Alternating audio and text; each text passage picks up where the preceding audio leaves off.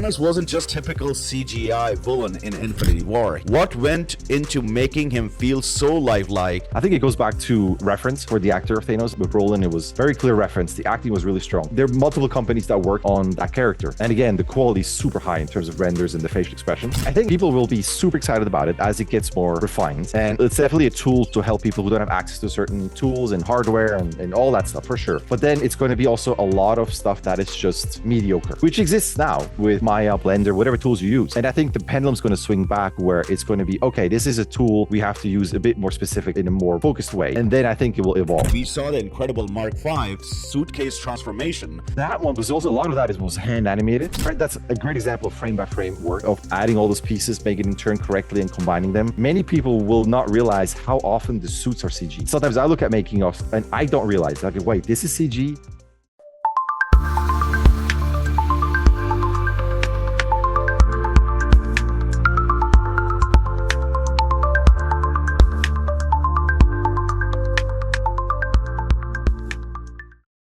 And welcome to Prolific Perspectives. This is Kamal Hasan, your host and founder of Prolific Animation Studio.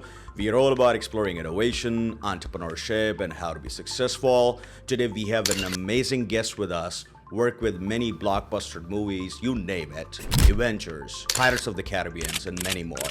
Jean-Denis Haas. Hey Jean, how are you? Good, how are you? Good morning. Pretty good. So, pleasure to have you with us, Jean. Please give your brief introduction to your audience so they will know more about you. Brief introduction would be, let's see, I have been animating for about 21 years across multiple companies. I'm an animation teacher. And that's it. That's the very brief summary of what I do. I like animation, and I try to contribute to the community as much as I can. And that's kind of that. Great. So I'll start with my first question that a lot of animators dream of working in VFX, but it's a tough industry.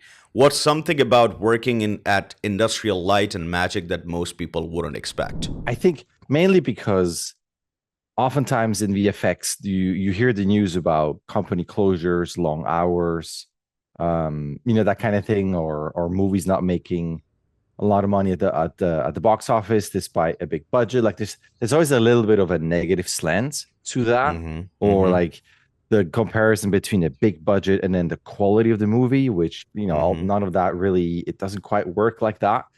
And the reality is that oftentimes, but to produce quality, you need big budgets and enough time to get to that quality level that you actually think will be a blockbuster. Depends. Sometimes you have blockbusters that don't cost that much. So it's mostly about the vision. Like if you have a clear vision and the passion behind it, that sounds like very like superficial, the passion behind it. But it's oftentimes a clear vision that does it. Like when opinions change, directions change. Creatively, even story-wise, that makes it a bit muddled. And sometimes you have the combination of a clear vision and the big budget for sure. That can make a really great movie. But generally, it's just a lot of fun to work on. The people that at ILM in the past when I worked there, it's just a lot of fun. Like you go there and laugh every day. I think that would be maybe the main thing to take out. That's my main memory of. Despite working on different movies and different challenges for each movie, you always go there and you're there with your friends and you laugh every day. I think that might be my answer. Okay, so people think animation is just making characters move, but there is so much more to it. What's something about your process that most people don't realize? That it is a lot of little details and a lot of repetitive tasks. I think maybe the misconception is for the general audience that the computer does everything, and it can do a lot, but the more the computer does, the less polished and the less specific it's going to be. So with animation, computer animation, it can be very frame by frame. Every single thing, like every little curve of a finger, eyelids, like all that stuff. If you go VFX, like if that's very the detailed animation, but even if you have cartoon animation, you can end up working frame by frame for little details and look at, for instance, like so if you have someone playing the piano, right? All the details, how the fingers move, or in Coco, like how the fingers are on the guitar. Like there's so much detail that comes from observation, studying reference, and how real people do it, and putting that into a stylized fashion. That is still a lot of work, and it's not one button and the computer does everything. So as we just as you just mentioned about the quality and the vision, but in Hollywood, deadlines are brutal. Ever had a situation where you had to pull off a crazy fix at the last minute? No, it's usually, I think that might be another thing that goes back to ILM, where it's just very well managed. You might have shows that go into crunch, sure, long hours, but it's still a group of people who know their job really well. And everybody in each division, from production, to layout to animation and so on, knows what they're doing. And it's very well managed. I think the main thing that we struggle is for deadlines, just time to make it better and more refined. And sometimes you just run out of time. But it's not that it's a Hail Mary and then you just, let's try something, and then it's something crazy and that's in the movie. Speaking about animation, I can't speak about other departments. I'm sure someone's going, oh, well, I don't know. I've done something else. I think for animation, you can't be that careless, but also it doesn't work that way. This goes back into, let's try something and then push a button and suddenly everything is there. There's so much work behind it that you can't just throw something in there and hope it works. If that answers the question. Yeah, it does. All right. So if we talk about your, project, Pirates of the Caribbean, Dead Man Chest 2006, the CGI in Dead Man Chest was a benchmark setter. And especially with Davy Jones and his entire undead crew, their realism still holds up today from an animation perspective. What went into making Davy Jones and the rest of the Curse crew feel so lifelike and believable?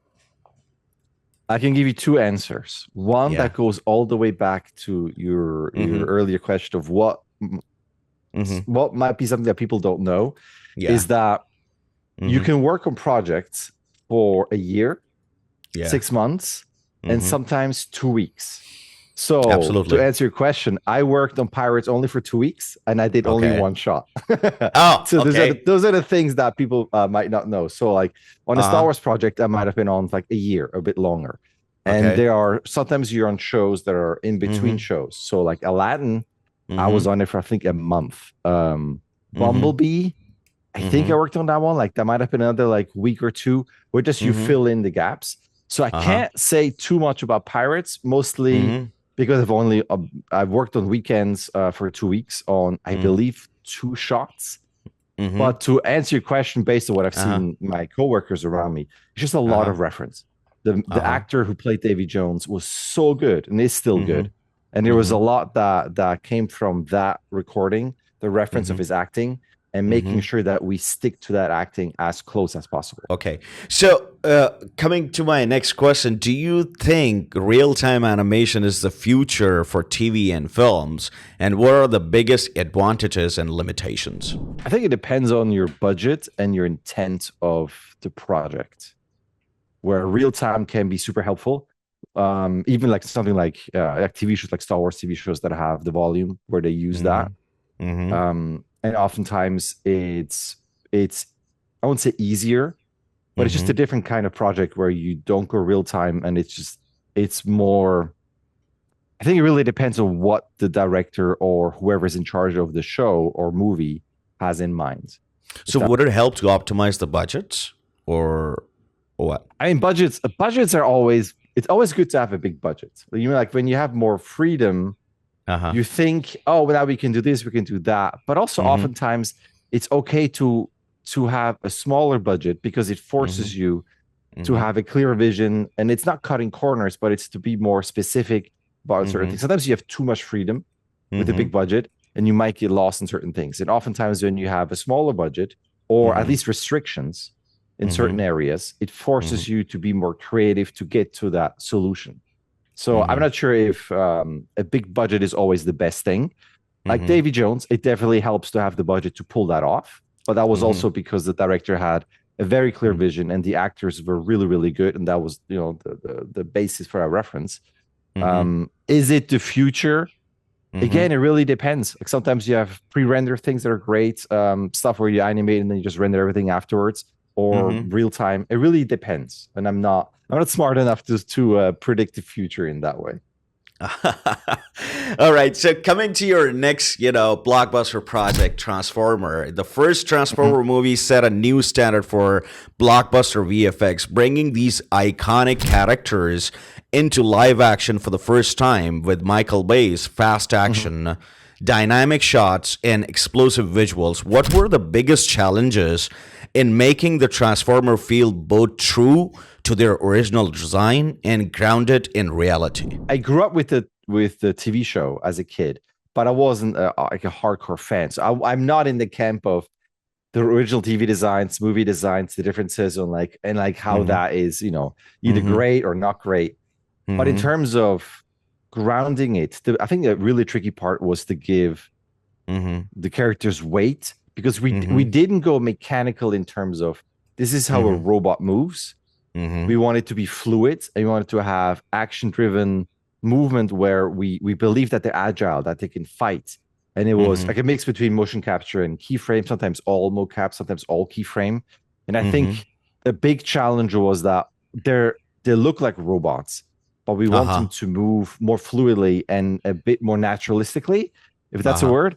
Uh-huh. And I think that was a big challenge. Still give it weight, but Mm-hmm. still have them be able to move fast when it needed to be. I think that was a really big challenge. Also, the sense of scale. Like some of them are huge, and Mm-hmm.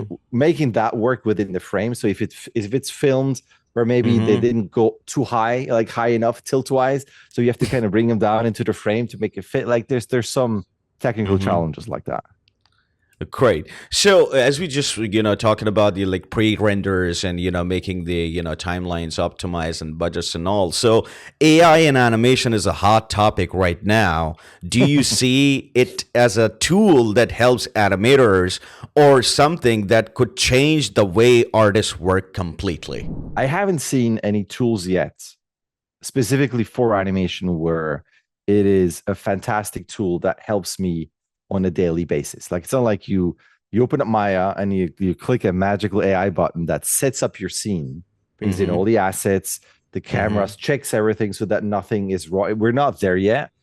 I think Mm-hmm. in terms of animation where you might have Mm-hmm. footage that you filmed But I've and seen then it people, but I've seen people, creating VFX feature films like 5-10 minutes, and based in UK, everything was done through AI. No humans, no manual animation, yeah, no yeah, yeah. manual CGI. You know, That was going to be yeah, his name is Chris. I don't remember the full name of the guy. I So don't I know. saw that. So well, It people are. depends. So the thing is, you Mm-hmm. can't, and I've seen those movies, and Mm-hmm. the issue with that is that Mm-hmm. you can't edit properly. You can Yeah. give it a new prompt, like you can give it new images, you can refine Mm-hmm. what it looks like to a certain degree. But if you Mm-hmm. work with clients, they're going to have very specific notes, and we're not there yet. Like I can't say Mm-hmm. just text wise, create this animation. And then, for Mm-hmm. instance, take that and bring this Mm-hmm. into Maya so that I can Mm-hmm. reanimate or edit on a frame by frame basis. And I think Mm-hmm. that is a massive limitation because you can't edit.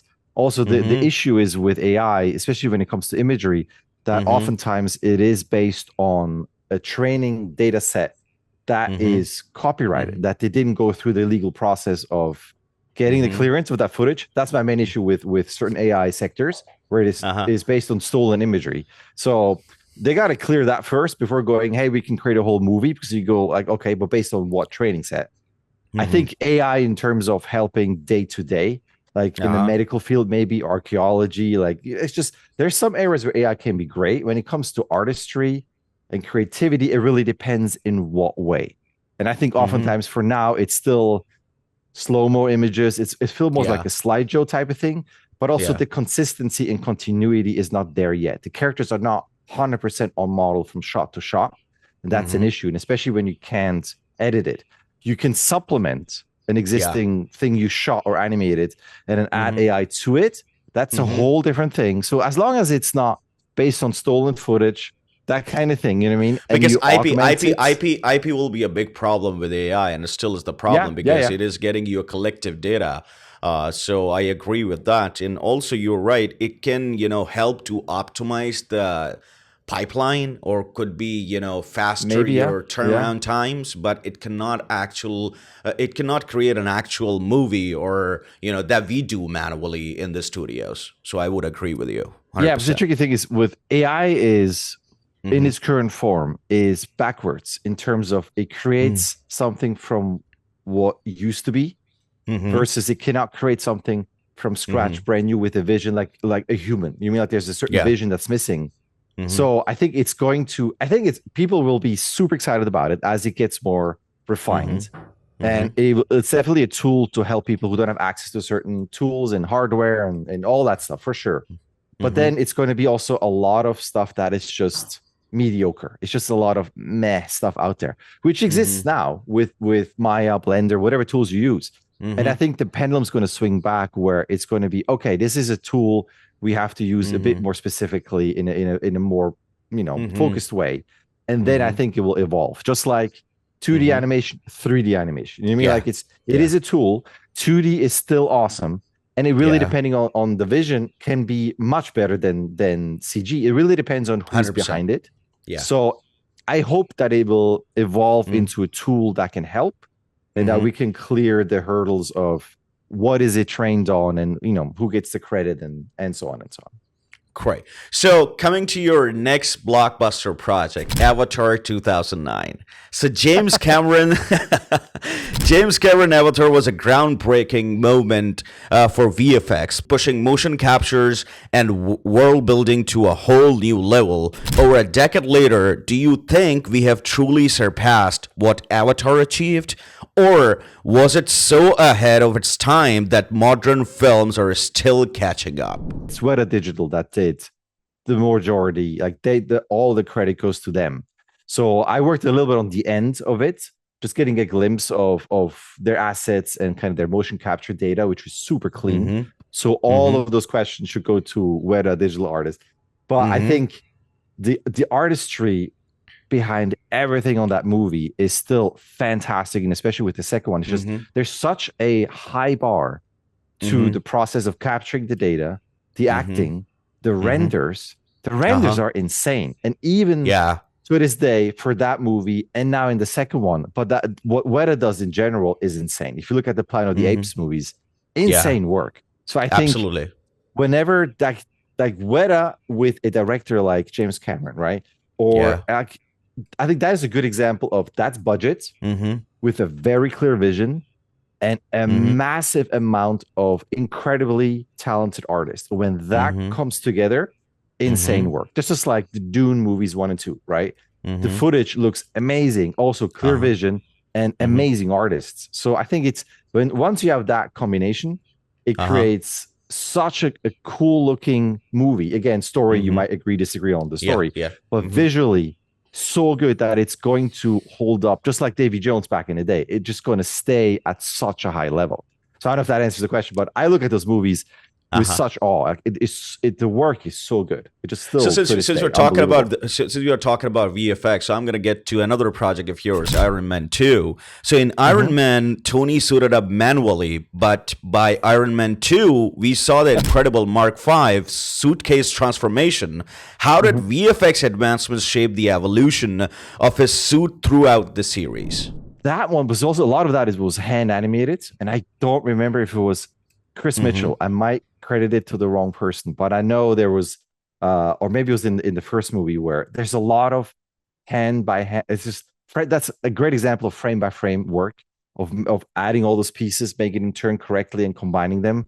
I think the advancement comes to the complexity of how much movement and geometry, and also the complexity of the rigs you can have on screen. I think stuff like that goes back into like Avatar. Like you start with early effects movies where you have a simple rig, and how the technology evolves, you get more and more complex rigs that can serve the story, like can make the animation more complex. And then the evolution of VFX in terms of rendering quality, photoreal quality, will add to that. You know what I mean? Like it's always this combination of we can add more, but then will the render support the photoreal aspect of it? And I think that's always going to continue. Like the better VFX gets, right? The more tools we have, the more the director, whoever behind the vision, the more they want to explore that. Like they have more at their disposal to explore, you know what I mean?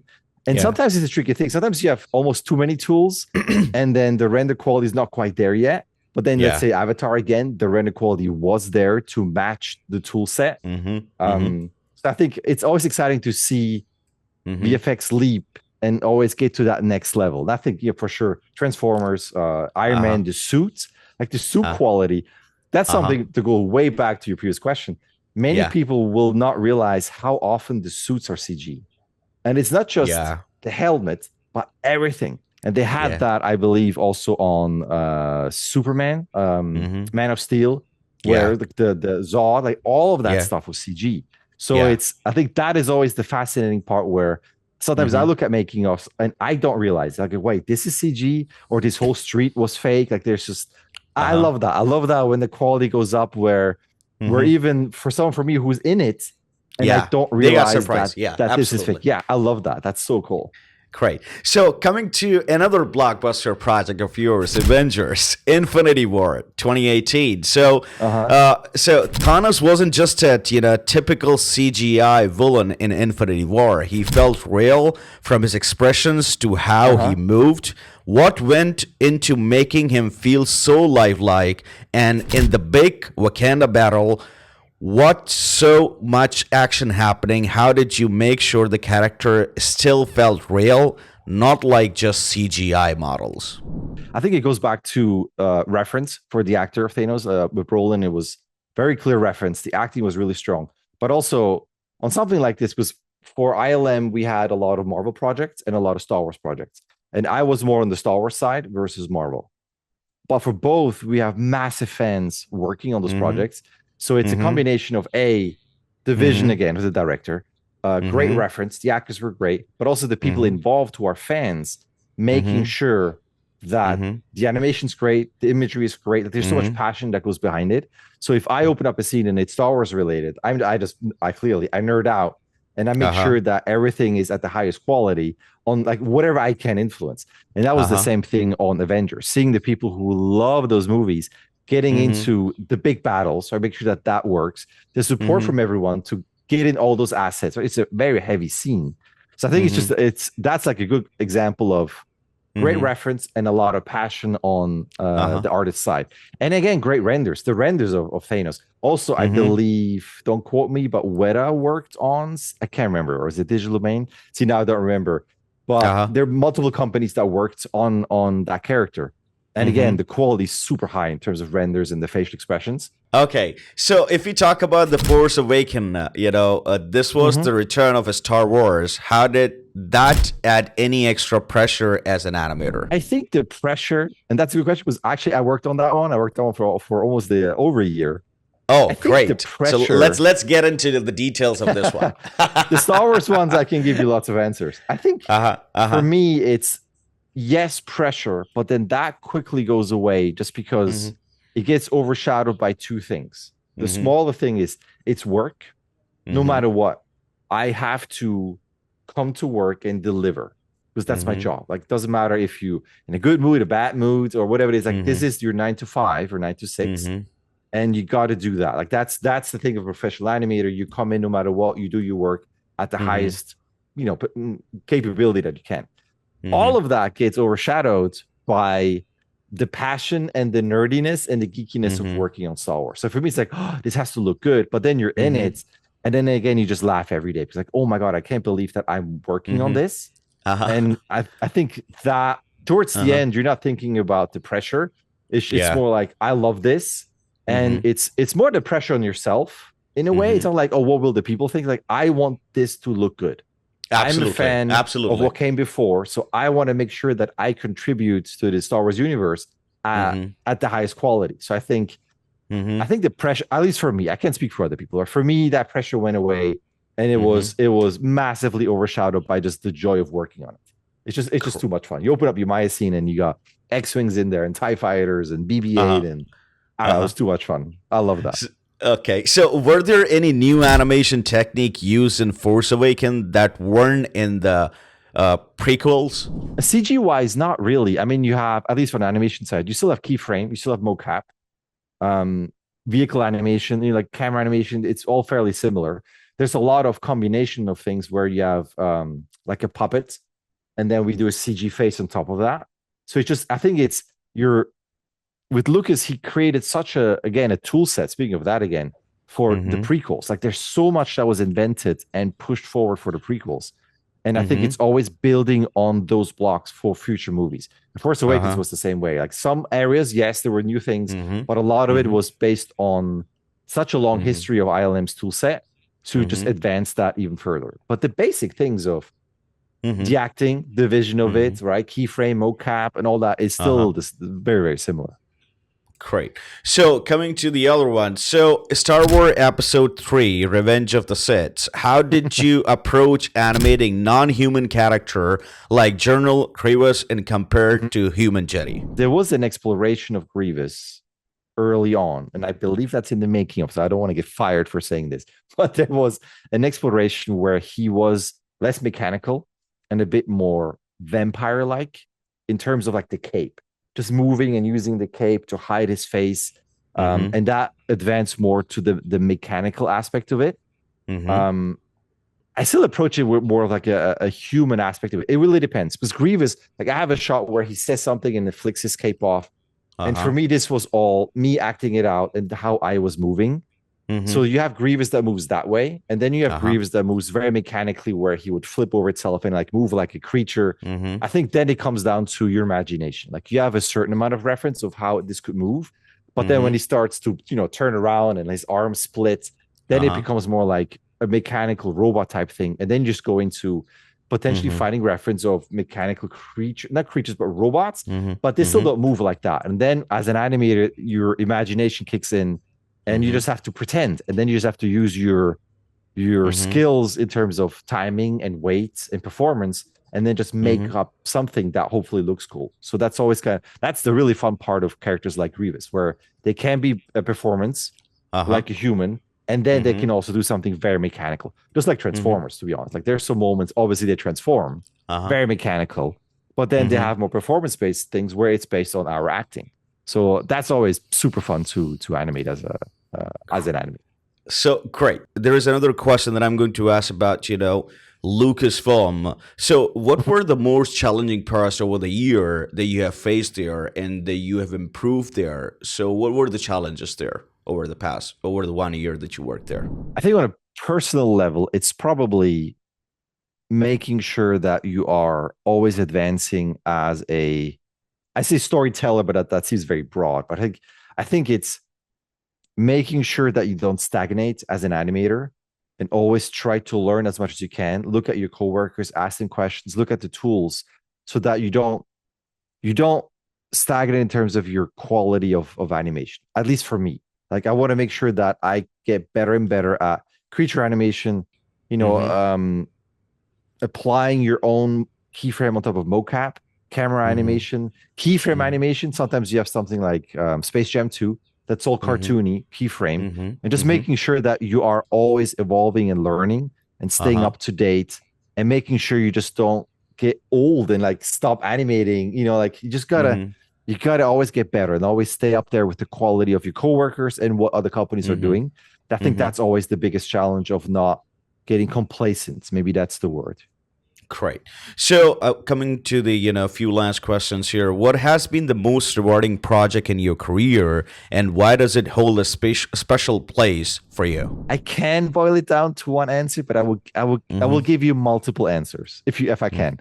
Sure. Go ahead. I think I will never forget Episode 3, Revenge of the Sith, just because it was my first movie to work on. It was my first job.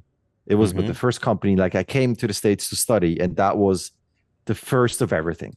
Also because it wasn't just animating on it. It was in the old San Rafael building of ILM. So still being there as part of the older history before we moved to the Presidio. I was an extra in the movie. Like we were able to film the employees, and I had a costume on. I'm somewhere in the background of the movie, seeing the props, the droids, the ships, seeing the models that they built. There was so much that came with that project and getting to ILM, seeing Skywalker Ranch. It's just, there's so much, and it's really hard to top that. Mm-hmm. I would say just recently, Mm-hmm. because I did leave ILM and worked at different companies. I just recently Uh-huh. worked on How to Train Your Dragon, and that was just something where I moved to Montreal just for a little bit, and being in that city, like I love that Mm-hmm. city. Mm-hmm. Meeting up with friends from back in the day, like Glenn McIntosh Okay. was the overall animation supervisor on that Okay. movie, and he used to be at Mm-hmm. ILM too. So being Mm-hmm. able to work with him, Mm-hmm. meeting all those new people, and Framestore was great. They're the main studio that worked Mm-hmm. on How to Train Your Dragon. I Mm-hmm. think that the combination of all of this, being at that new studio with making friends there with new people, the Mm-hmm. city, I think that one is really, it's right now fighting for the second spot. It was such a Mm-hmm. fantastic experience. Mm-hmm. But I'm also a massive Star Trek fan, and being able to work on the 2009 Star Trek and Into Darkness, that was a Mm-hmm. big thing. And then later on Nickelodeon, I worked on Star Trek Prodigy, the CG, Uh-huh. the animated show. And I Mm-hmm. just love Star Wars and Star Trek. So to be able to Mm-hmm. work on childhood properties, you know what I mean? Like it's just I'm a fan as a Uh-huh. kid. Like as a 7 year old, I saw Star Wars and play with the toys. And now I work on Star Wars, and I'm back at Lucasfilm again working on Star Wars. It's just that Mm-hmm. never gets old. Like that is always such a joy. And then to be Mm-hmm. able to work on Star Trek as well, like that is just bonkers to me. But also again, Frame Store and that whole experience with How to Train Your Dragon, because the Mm-hmm. movie's really, really good. We'll see what the Uh-huh. fans say in terms Uh-huh. of, do they need a remake, whatever. But the film is Mm-hmm. really, really good. I can't wait to see it in June. And the project Mm-hmm. itself was the quality is so high, the artistry is Uh-huh. so high, the people were so great. It was Mm-hmm. such a special experience. So to me, Mm-hmm. episode 3 and How to Train Your Dragon are right there. Great. So, coming to my last question, you've been in the game for years, and if you, a young animator, ask you for career advice in Mhm. today's industry, what would you tell them? I think the main thing that I would tell them, it's not as specific as like, no, nowadays you have different studios and blah, blah, blah, and technique and things. I think the main things are make sure that you are fast and kind. I think I would always boil down to two things. Mm-hmm. Fast, as in, obviously, your quality has to be really high.